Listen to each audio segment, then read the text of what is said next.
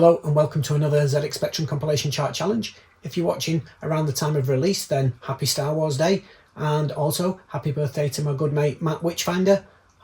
Today we're going to stay on theme and we're going to look at the Star Wars Trilogy by Domark, or Domark as some people like to call it.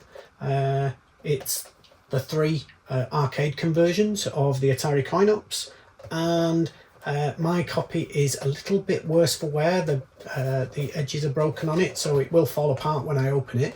But let's have a look at the packaging. So first of all, we get the artwork on the front, which I'm not a great fan of. I think the individual artworks, which you might just be able to make out on there, I think they're much better. I think it's a bit disappointing, although I do like the X-Wing, of course. But yeah, so you get the Star Wars Trilogy, 3 games in 1 mega value pack. Yeah. The spine tells us the same with barcode sticker stuck over it, which is a bit disappointing. And we also get Star Wars Trilogy on the other sides as well. Okay, it's one of these giant jewel boxes, which a couple of companies use them. I think the Tengen Trilogy was in one. That was probably Domark as well, was it? Or I know that US Gold also use these, so a few companies used them, not many. These little hinges break off, which they have done. There's one of them. This was already in this state when I bought it, to be honest, but let's see if I can open it without it falling apart too much. There we go, into 2 pieces. So on the back we get another image from the movie. That's from the original Star Wars, A New Hope, I believe. And yeah, there's nothing inside this. It does fold out, but it's blank on the inside. So yeah, so that's that. My copy didn't come with a booklet, so I've printed my own out. I've only printed the English out, so it would have been a multi-page booklet with all the different languages in, but I've printed it out myself and done it so there are 2 pages per game. Return Jedi on the back. The instructions give us the introduction. It tells us the game structure, what the different sequences are, the scoring, and what the different skill levels are. And then there's the loading instructions for all the different versions. And it was released on a large number of versions. So yeah, so you get game instructions on one side and you get loading instructions on the other. And we get that for all 3 games. So yeah, quite nice little booklet. I've seen the original booklet that it comes with, which is I think a little bit bigger than this, and it's a multi-page flick through rather than fold out, but yeah, it's quite a nice little booklet. So then we have a look at the cassette, and sticker only on one side. Yeah, so there you go with the cassette, which tells us that it's the Star Wars Trilogy. Stop the tape after each game and reset the machine and follow loading instructions. So that means that we get all 3 on the same side of the tape, on both sides of the tape. So there you go. We've got the Domark logo, Star Wars Trilogy. Yeah, fairly nice looking cassette. We'll just have a look at the back of the box now, and then I think we're all ready to rock and roll. Okay, so on the back we get some screenshots from the arcade versions of the game. We are told it's 3 screen sci-fi blockbusters, 3 coin-op classics, and 3 chart-topping software hits. Join Luke Skywalker, Han Solo, and the crew of the Millennium Falcon in the greatest space battle of all time. Defeat the dreaded Darth Vader and destroy his Dark Empire in the fabulous trilogy of Star Wars. May the Force be with you. Exciting stuff. I do remember all 3 games from the arcade, played all of them a fairly large amount, probably Empire Strikes Back the least, but we'll talk about that as we get to the individual games. So yeah, Star Wars Trilogy, I'm looking forward to this. See you on the other side. When Atari released Star Wars in the arcades in 1983, the movie was already 6 years old, and the original trilogy was complete. But 40 years on, and the Star Wars juggernaut shows no sign of slowing down, so we shouldn't really be surprised.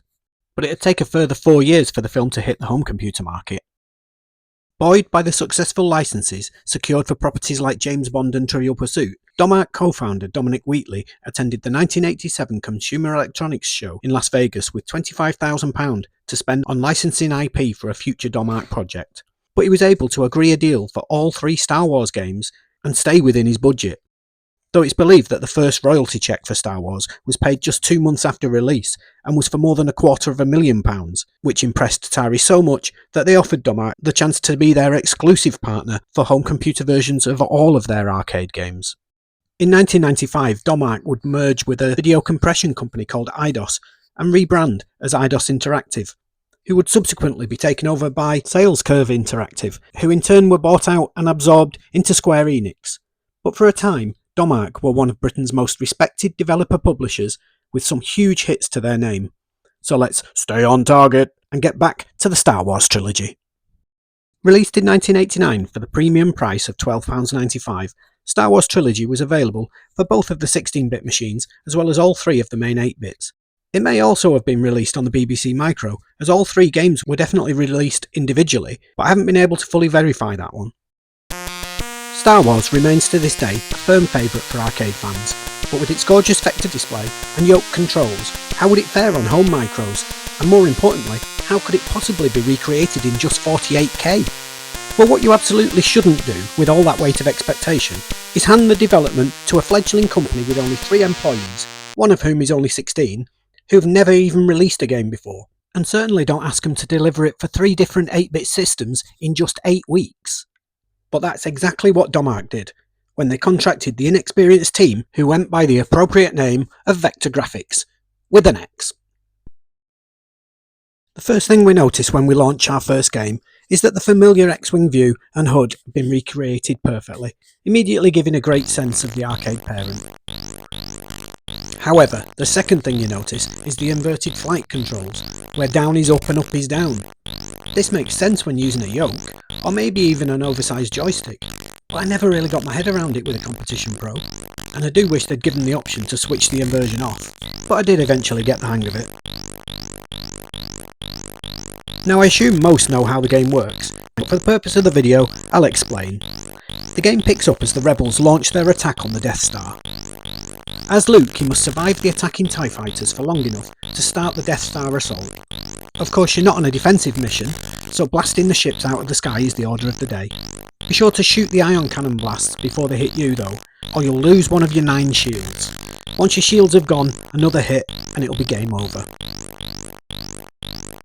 You'll also find Darth Vader's TIE Advanced X-1 fighter, and you should be sure to shoot at that too, to stop it from firing on you. You won't be able to destroy the X-1, but you will be able to send it spinning off screen, just like in the movie. At this point, it's absolutely obligatory to shout a movie quote at the screen. "That's no moon," even if it is at a different part of the film.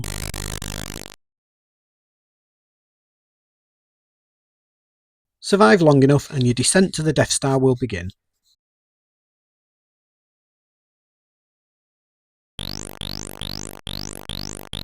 On the first wave, you'll head straight into the trench.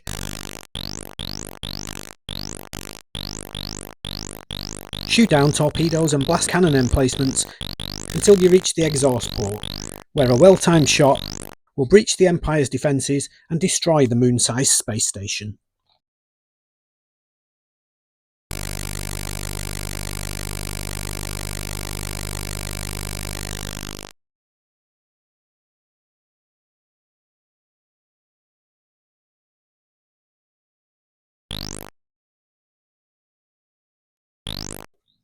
We then return to the beginning and start it all over again. But this isn't a simple rinse and repeat, as important changes and additions have been made to each stage. Stage 1 simply ramps up the difficulty, as the TIE fighters shoot more aggressively. But surviving no longer takes you straight to the trench run. Oh no, the Empire have got wise to you, and added some ground defences. Whilst fairly simple, just shoot the ground cannons and torpedoes, you do need to be careful to save your shields, as the second trip to the trench is also more difficult.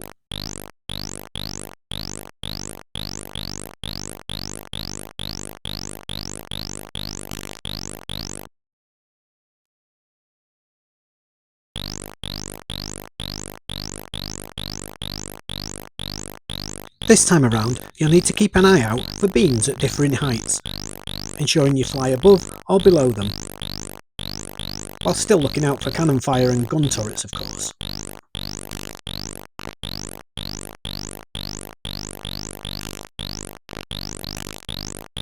Reach the end and you can once again torpedo the exhaust port and destroy the Death Star.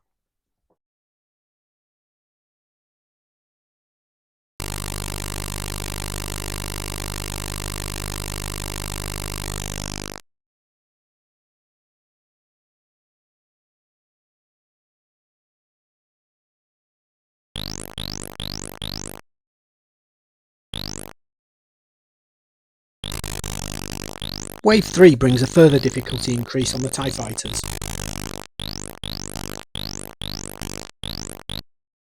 And then we get another upgrade to the Death Star ground defences. This time, the turrets sit atop towers, which means that you must negotiate your path, like a vector version of Death Chase.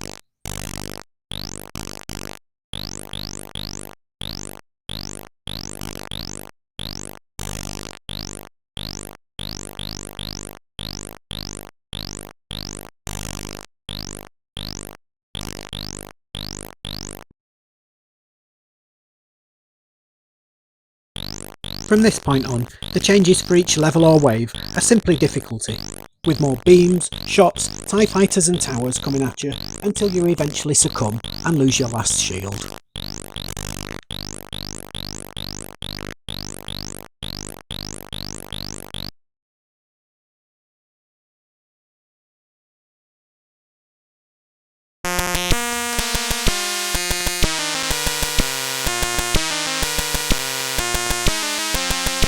Whilst Empire Strikes Back is the second film in the trilogy, it isn't actually the second game, as Return of the Jedi hit the arcade 6 months earlier.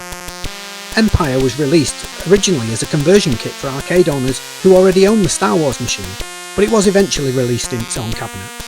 And after the success of Star Wars, Domark once again turned to vector graphics for the conversion. As with Star Wars, one of the things that had to be dropped from the games in fitting them into the humble home machines was speech. Empire in particular was full of digitised narration and sound effects, but on the Spectrum we just get basic sound, so I do find myself quoting lines while I play. "There's a meteorite hit the ground near here, a droid of some kind." We again play as Luke, but this time we're in a snowspeeder during the Battle of Hoth. First up, we have probe droids that must be destroyed, as well as taking down their transmissions, and also avoiding their shots.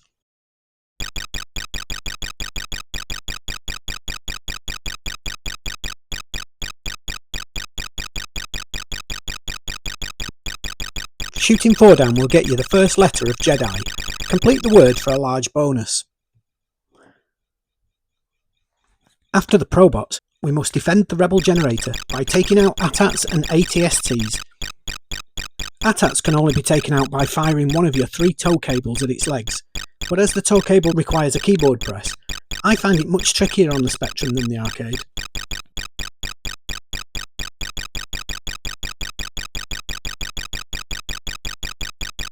The chicken walkers can be destroyed by focusing your fire on the cockpits.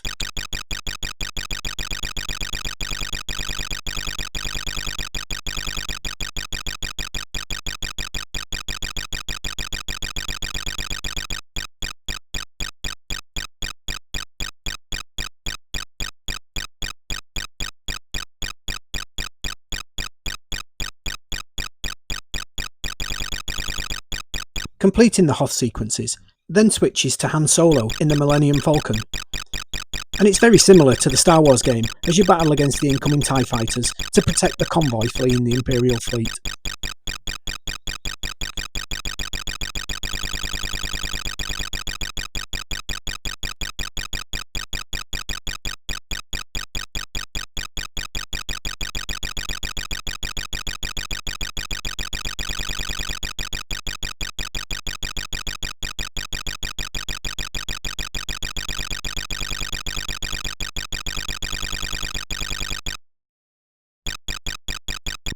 The final section has you avoiding asteroids, as you take the risky route to make your escape.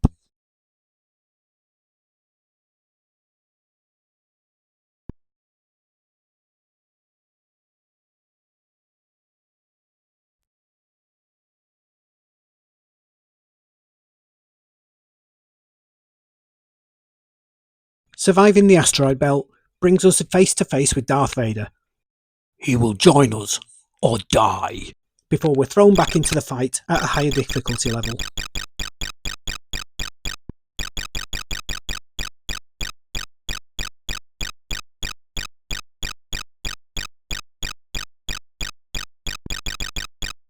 It's a little disappointing that there isn't any variety in the waves, like there is for the first 3 waves on Star Wars. And with more going on the screen, there's some definite slowdown. But Empire is different enough to its predecessor to stand on its own 2 feet, but also similar enough to feel like they belong together. I want that ship, not excuses. No doubt reflecting the changing arcade tastes and the growing dominance of the home games console market, Return of the Jedi ditched the first-person vector style for a cartoonier, isometric, third-person perspective, which of course meant that vector graphics were no longer the go-to team for the conversion. This time, it was handled by Consult Computer Systems, who'd previously worked on Spectrum versions of Way of the Exploding Fist 2, Marble Madness, and the TV show quiz games Every Second Counts and The Krypton Factor. The arcade cabinet will once again opt for yoke controls, which offered far finer control when compared to a simple one-button joystick. Anyone who's tried to play the arcade version on MAME with a joystick will attest to this. So initially, the Spectrum controls can feel a little twitchy, and it's easy to waste many lives on the opening level where you race through the Forest of Endor on a stolen speeder bike. Enemy guards will be out to stop you, and these must be shot down, shoved into a tree, or eventually simply allowed to speed away. You will get help from the indigenous Ewoks, who are standing in wait with traps, but it took me a while to grasp the best line due to the perspective, and I lost many a life trying to get through a gap but being slightly too high and smashing into a tree. The graphics on this level are a really good interpretation of the arcade, and CCS have been clever with the colour use to give a feel of a vibrant jungle, though it can't quite match the speed. And once Leia reaches the village, she's welcomed by R2, 3PO and a smattering of Ewoks. In a similar style to the original Star Wars game, Wave 1 skips a level and jumps you straight into the Millennium Falcon's attempts to destroy the second Death Star. You're being pursued by Imperial ships, but to be honest, you'll rarely see them, as their dumb pilots generally plough into the barriers that you are trying to avoid well before they get in shooting range. Get to the reactor and a well-timed shot will start the chain reaction, and here we find the only real deviation from the arcade in all 3 games. Whereas the arcade has you about turn and flee down screen the way you came, the conversion keeps you heading up the screen to make your escape.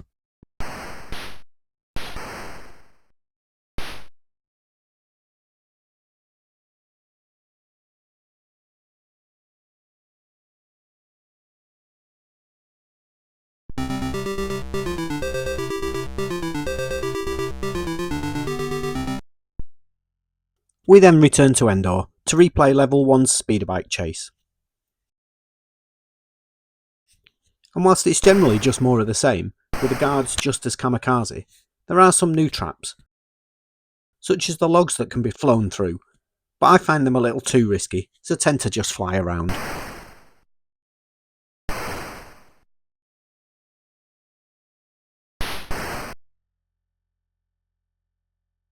After rendezvousing with the welcome party again, this time around we're thrown into a new scene.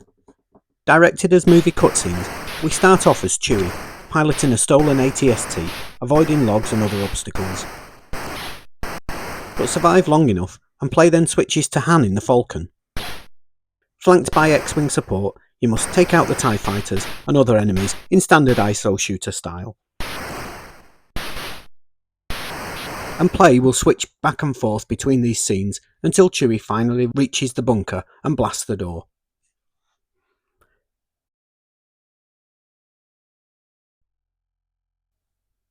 It's then back to the Falcon's Death Star run to complete Wave 2.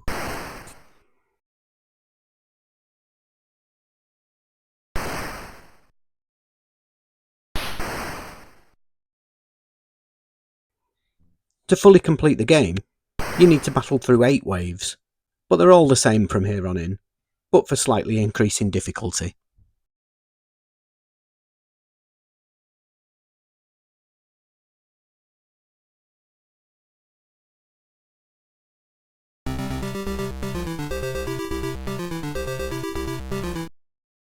And that's the Star Wars Trilogy. I was lucky enough to own a couple of the Arcade 1-Up Star Wars arcade cabs. The 3/4 size cabs were officially licensed and had the beautiful original artwork and a proper yoke controller, and they featured all 3 games, so I became very familiar with all of them and can state that they all hold up really well. Nothing will replicate that special arcade feeling, but Domark and Vector Graphics and CCS should be applauded for the quality of their conversions. But before I give my scores, let's see what the magazines thought. Crash never reviewed the compilation, but they did print a preview, pointing out that this would be Domark's first ever compilation, though they did get the price wrong. They ended by quoting Domark's marketing foxtress, Claire Edgley, as saying, looking at the individual scores in previous Crash issues, Empire Strikes Back scored the highest, getting a Crash Smash 90%, with Star Wars scoring the lowest at a more than reasonable 84%. Sinclair User gave the pack an overall score of 80, saying that Star Wars was a bit slow and jerky, but has all the features of the arcade. Empire was a thrilling conversion and the best of the series, whilst Jedi was a mediocre translation ruined by rancid graphics and putrid sound. CMVG scored similarly, with 78, saying that the first 2 vector graphic games are nicely executed and contain all the features of the originals, but that the third one was a bit of a disappointment. Yo Sinclair gave the best overall score of 84. They said that Star Wars has dated a bit, but the 3D is fast and there's plenty of action.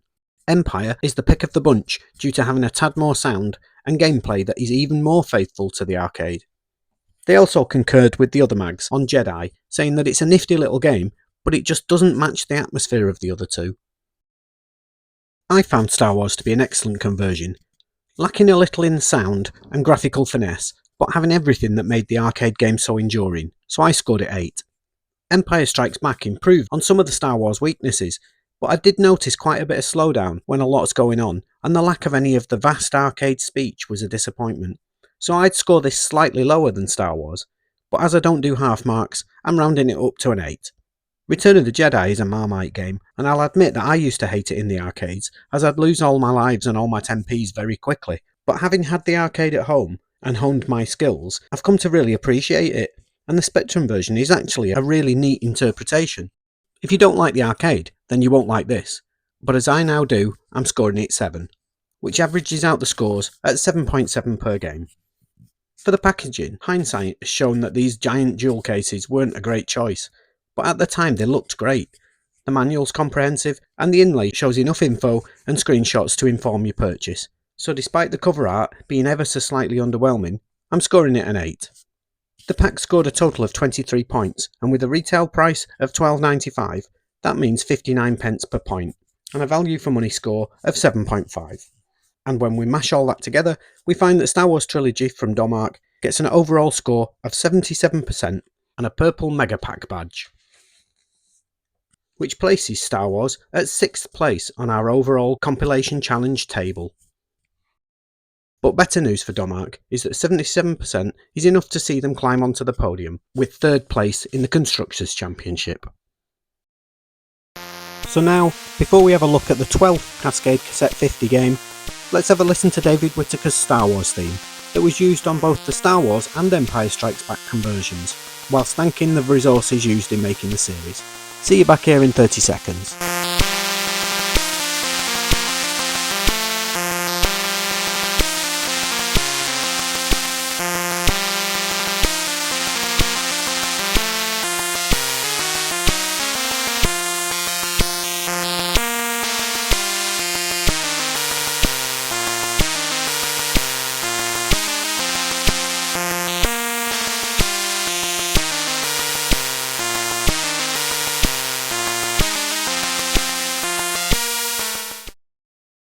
Cavern is the 25th game on Side A of Cassette 50 and was written by Robert Hicks.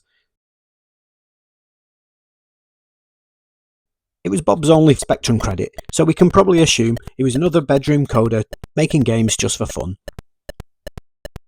Cavern, as the name suggests, sees you piloting a rescue craft that must descend deep into a pit. With no menu or info screens, we have to make up our own backstory.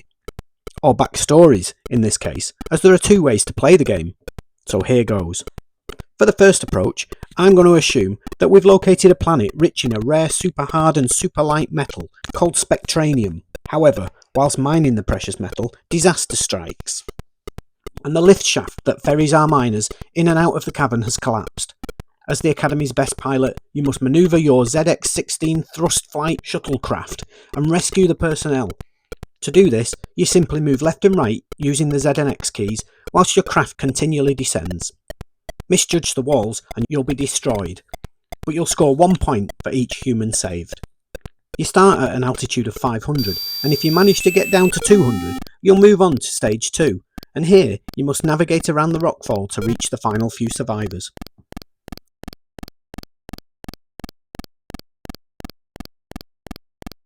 It's fairly unusual for a Cassette 50 game to have 2 distinct levels, but when we add in the second playstyle, it makes Cavern a fairly impressive programme. For our second backstory, we're back on Earth and have discovered that alien invaders have been tunnelling towards the Earth's core, where they want to use the incredible heat to accelerate their mutations into world-destroying megabeasts. The only way to stop them is to pilot an experimental craft deep into the Earth, killing the aliens with laser fire. In this version of the game, you also use the spacebar to shoot at the creatures, and to ensure that the scoring is differentiated, you get a score of -1 for each alien killed.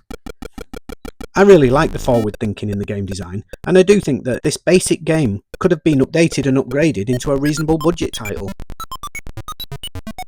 But as it stands, with its crude graphics, disgusting flicker, and short challenge, I'm going to score Cavern a 3, which may sound quite low, but it's actually the joint best score I've given for the 12 games reviewed so far. That's it for this episode. Thanks for watching, and see you soon on Retro Games World.